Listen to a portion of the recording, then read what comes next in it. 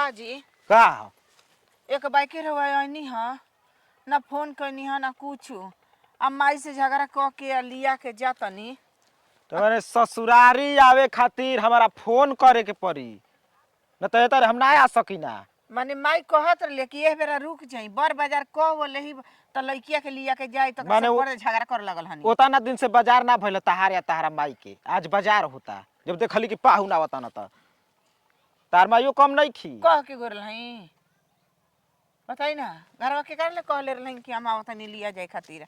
अब मुंड कबर ल त कहने कि चले द ससुरारी मेरा रू बिना मन नहीं खेलागत। ऐसे मुंड कबर गेलो तो केहू के गरिया देतनी या कोई संग लड़ झगड़ जतई ना। अब वहाँ के कहता नहीं हेन तेन आज ना विदाई हुई 15 दिन के बाद हुई घरे अपने हाथे कपड़ा लाता फीचतनी ई तनिको बुझाता तारा।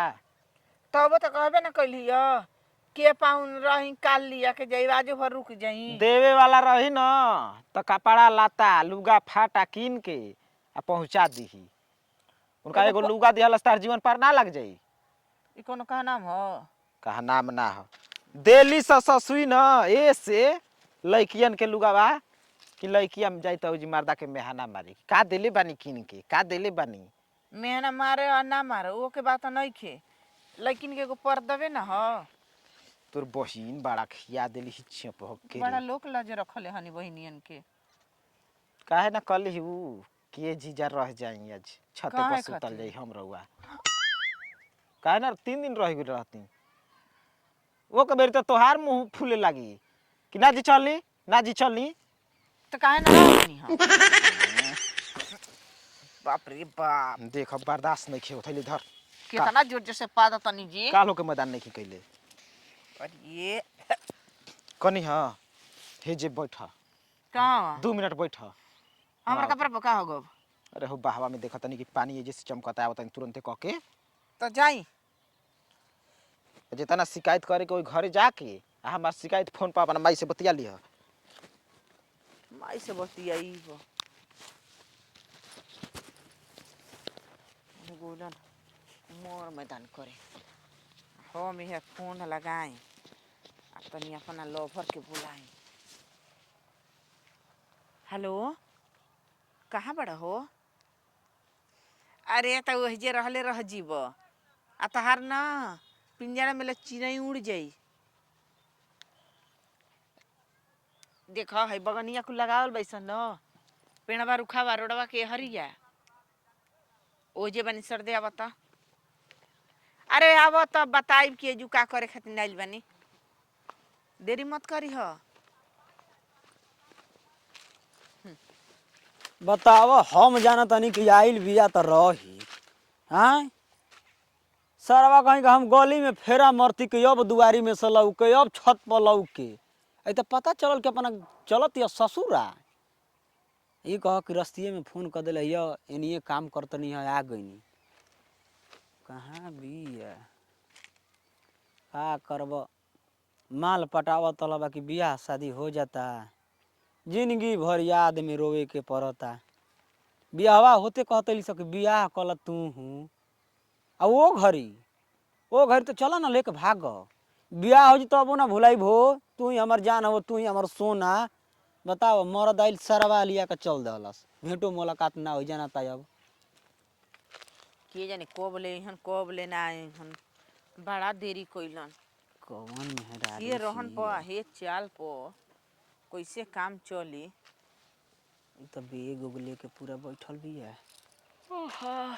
लागत कि हम मारदा न उन्हें ले हग के आई तब यही हन कि पकड़ा कहवा गुलो का अब करी हम काहे लरुआइल बड़ा हो देख के भकुआइल बड़ा अब भकुआइबे न करब लरुआइब का कर सकिला कर अलावा आय तू तो कहता लो कि 1 महीना रह भर ठंडा तोहरे संगे बीती हो करे जाऊ तो का करी हो हम तो उहे सोचल रही लेकिन मर जैसन मुआना बा न कि तू पूछ मत आइल है माई से झगड़ा क के लिया के जाता कह दिला कि हाथ गोड़ दुखाता ठंडा लगी हमारा हम ना जब 1 महीना छोड़ दे जी के तू सोचत लो कि ठंडा पाला में सरवा यार तड़प तड़प के रजाई में कुहू कुहू करो हम काहे के सोची हो काहे ना सोचबू बियाह भइल तब ले बताव सोचिला कि ठंडा में अइती गलवट में मिलती जा, सरसों में मिलती जा, रहर में मिलती जा। सरवा उ तो विदैये नहीं खे तो करत। डहर में मिल लिहल जा। अब डहरिया में मिली काहे हाँ वो नहीं खाती ना बतियाई खाती नहरे बोले नहीं हाँ कि एक बार भेंट मुलाकात कर ली। अब भेंट मुलाकात का करत रहलू, चल जाला सीधे। कैसे चल जाई? काहे ना? चल जीती तो तू ही ना कहत का हम कहती कि हमारा से ना बतैली है चल गई है। मन बता दऊ तो का हम खुश हो गईनी। नाराज बड़ नाराजे न रहब तो का रहब? हाँ अचानक सरवा बतावल या के जाता ए हमार भांटा का न तो खिसिया। अब का है ना खिसी तोहरे खुशी में हमार खुशी बा। ऐसा ही कहलू गोभी। हम तोहर भांटा आ तू हमार कोभी आ जबे मौका मिली तबे खोभी। देखो का तार हमार नई जन लो। हाँ चलो हमने भेंट मुलाकात को के आवल जा। चल हम तो सोचते बनी कि चल के मूर्ता के बगनिया में भेंट मुलाकात एकदम काला खड़क खड़क छिनार न बड़ू तू भर सक। हाँ भर सक रे तू ना आवत रहली ही तोर माइयो जाना तड़ी हमनी के भेटा गेलो तो कहतन चलो काहे बगनिया जी? में अमरूद तो संग ही के पढ़ल लिखल हई जाता अब कनिया के चला मूर्त तोड़ के दे दी। अब संगही के पढ़ल लिखल हव सोचा तड़ा कि ले जाके बगनिया में तनी पढ़ा दी एहू घरी। ना ही पढ़ाई लिखाई छूट गल तो मन लगता। अब मन कैसे लागी? यही रहती तब न मन लागी। ई तो अब ससुरा चल देहली। हमार शक होत रहे कि काहे जात या नैहर त आवे के नाम नहीं खेले। ससुरों में मर्द मिलता नैहरों में मिलता। कहां का हो का ह? ई तो गांव घर के हम यार ह न ना भाई नहीं आय हाय हाय हाय भैया के ध के नाता भीतरे भीतर माल खाता। हाँ? अब जौन समझे के बताऊं समझी हम का आपके समझाई खुद रह आपके। तोर दादी मोए जे रह काहे के रह जितना दिन मन करो उतना दिन रह। अब कौनो दिक्कत नहीं खे। अब हम जान गनी न कि नैहरों में भतार बा। कोई नहीं खे क्या हो क्या रे? गांव घर के हवन तो गांवे घर से न लब भइल बा। लब थोड़े भइल बा। का भइल बा? कुछ नहीं ये भेटा लोन तो समाचार होखे लागल। सुधरबी कि ना तू? हम कुछ कइले बनी ना अब का जाके होनिया बगनिया में हो गई रही तब जा दो अमरूद तो ना लेके जाई तू जा। तनकी सा का मौका पाव तड़ू तुरंत अपन नंबर मिला दे तड़ू कि आव न तो भतार लेके भागल। ठीक बा जा आइब। बुलावे के नैहर में मुर्गा उर्गा खियाई अपने हाथे। तो नैहरे में ना बा। अरे नैहर कहता नहीं ससुरा में बुलाओ मुर्गा जा आइब आलू घंटा के घर दुकान कइले बानी पिकअप ले ले बानी। हाँ अच्छा चल चल बुला मुझे बुला। हम सोचनी कि सारा चल के तनी अमृतवा के बगनिया में तनी कुछ बतियाई। सारा टपक गइल गप देना। अब का करब?